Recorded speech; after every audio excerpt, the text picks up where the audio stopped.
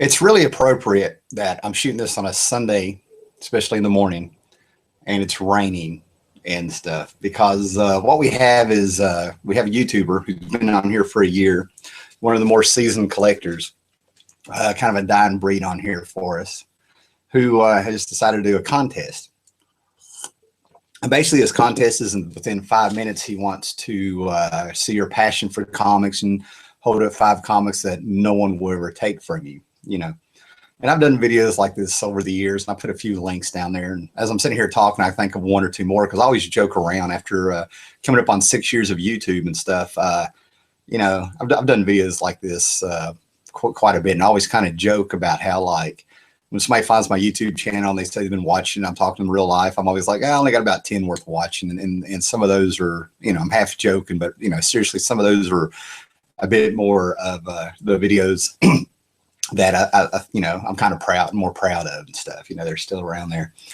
But anyway, you know, me and comic books go way back, and it's like when I was about 4 years old. And outside of the comic books, the things that were around, you know, it was just, you know, everywhere. You know, you had Saturday morning cartoons. I'd wake up in the morning, watch Johnny Quest, Battle of the Planets, then you're followed up by the Super Globetrotters, Flintstones Meet the Thing, Super Friends for decades, Super Friends, The New Adventures of Batman, Plastic Man. And as you go on through, man, there, you know, you can think of all the little superhero cartoons that came on, you know, all the way up. You know, you had the Superman cartoon of the 80s, which was well done. The Adventures of Mighty Mouse, The Tick, Big Guy and Rusty the Robot, a Silver Surfer cartoon, Fantastic Four cartoons, you know, all sorts of things. You know, then on TV you had the Incredible Hulk with Lou Ferrigno, Linda Carter as Wonder Woman. Still to this day, just saying Linda Carter, ouch, you know, stuff like that. So it was everywhere. Movies were hitting. The Christopher Reeves Superman movie by Richard Donner.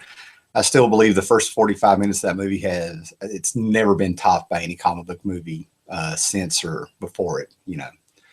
Things like that. So it was always sort of like real fluid, real organic. It was always around these comic books and the pop culture part of it. But the big, you know, we're always around. So to me, it was like, I described it as like saying you had a TV in your house. You know, that's not something that occurs natural, you know, in nature. Yet you're comfortable having a TV in your house, and by this time you probably don't remember not having one. You know, it's kind of the same thing. Because I had an uncle and a stepdad that had all this stuff all around, and it's in the other videos and stuff, you know. So it was always just around, but I always kind of knew that other people weren't into it and had a bit of a stigma to it, and I could give a shit. You know, to me, I had an attitude. It wasn't arrogant or anything like that, but I was like, you know, you're the one missing out. Great stuff. Because like cartoons and comic books and stuff that I was watching, like, you know, especially Johnny Quest and stuff, they inspired you that when Saturday morning cartoons were over for you, you went outside and you had your adventures and you did stuff. And then you come up on these rainy days.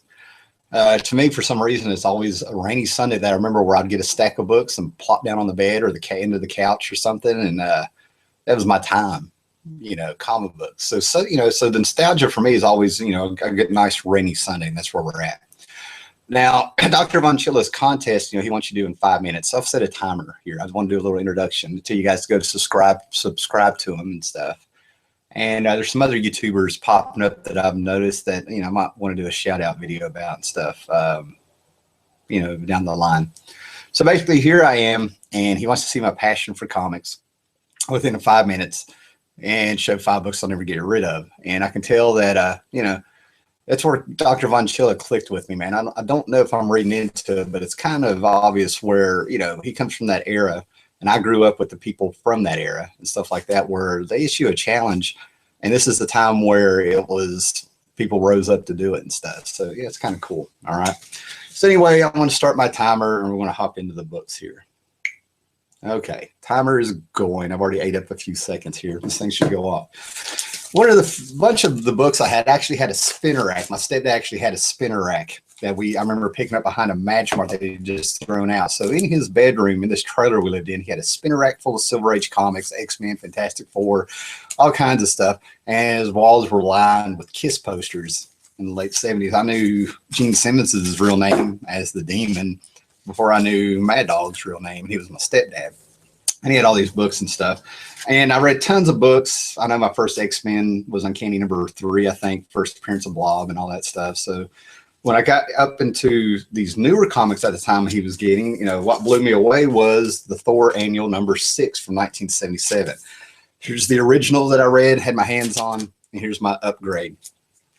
The colors, the sci-fi, this was the, you know, post-Star Wars now and stuff. Guardians of the Galaxy. Thor floating in space, frozen, and he's picked up by the Guardians of the Galaxy. A classic retelling of the Avengers finding Captain America. And Vance Astro is like a huge Captain America fan and stuff like this. This blew me away. You know, it had these little aliens in it and stuff. I'm trying to think what this guy's name was. This is the one that caught my attention. The little dude with the death ray that came out of his antennas. Manslaughter or something like that. I don't know. But it was just amazing. Korvac, you know, this man with no bottom. He's actually a machine. I mean, like, how did that work? You know, how did you go to the bathroom? Little kid things like that. And I'll sit there and I'll just go through this and stuff. And, you know, I never gave it up. And then, you know, you have those books that you just watch disintegrate over the years. You know, these were my stepdads, and I got my own and stuff like that. Or it might have been my uncles, who knows, and stuff like that. But here's the original, okay? This is an Iron Man annual, actually number 3. And this book was kids in a swamp playing, dressed up as heroes and stuff. And one of them, you know, goes in quicksand, and they're riding their bikes. And then Steve Gerber went on to write his Mind Trip. One of them sticks out because of how weird it was for a kid, you know, deliciously weird and stuff like that. So here's my upgrade on this, you know. So this was just a fantastic, and it introduced me to the concept of hermaphrodite, the word back then and stuff like that. Return of the Molecule Man, Man-Thing, Iron Man, you know. It was Goonies before there was a Goonies in a way, you know. And then I am notoriously unlucky at love, to where, you know, I have some of the best love stories you could ever have. And then at the end of the day, I'm sort of like, you know, a cliche of, you know, of some of being unlucky in love and stuff like that. And it always, but the one thing that always holds true is when you meet that, or, you know, somebody special, circumstances won't let you be together. And then if you meet that wrong person, and there's been many, talk about kissing a lot of frogs to get to a princess. You know, they always seem to stick around and pop up. And the last couple of days have shown me that, all that around. So I ended up talking to Eric Powell about The Goon. This is Chinatown.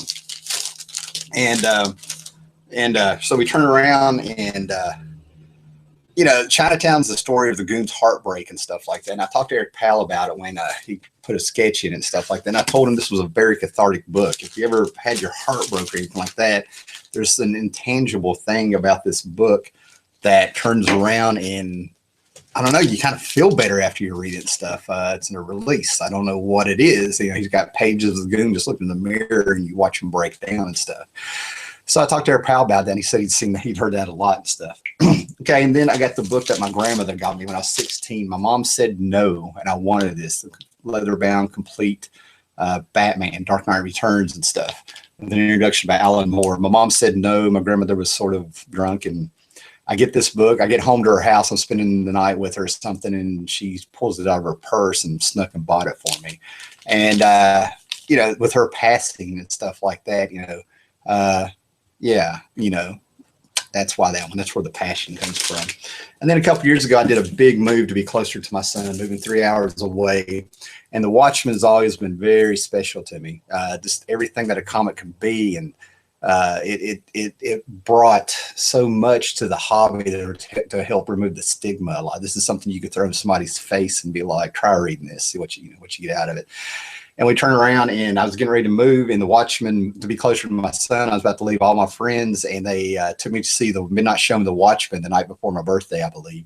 And then the next day when I went to the store that they all worked at, it was a video game store and a comic book store. They'd all chipped in and got me the absolute Watchmen. So it kind of lets me know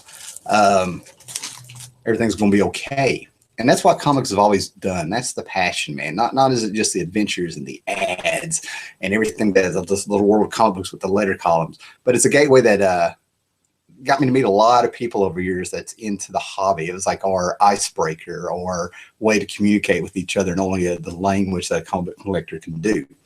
And I can go on and on about that, but I'm hitting 4 seconds. And it's over. Oh, there we go. So, you know, that's it. There's your contest video there, DrVonChilla, and I appreciate everything you do, and I appreciate your stories. With work and stuff like that, I don't really get to watch a lot of videos here at this job I've been at for about a year, man. It's very taxing sometimes, and you just kind of want to hit the couch. And plus, you know, I've been doing a lot of traveling and stuff with the people and hanging out with people. So I appreciate all you do. Appreciate your stories. And, you know, keep it up, man. It's 1 year anniversary. Hope there's many, many more to come. All right. Later, guys.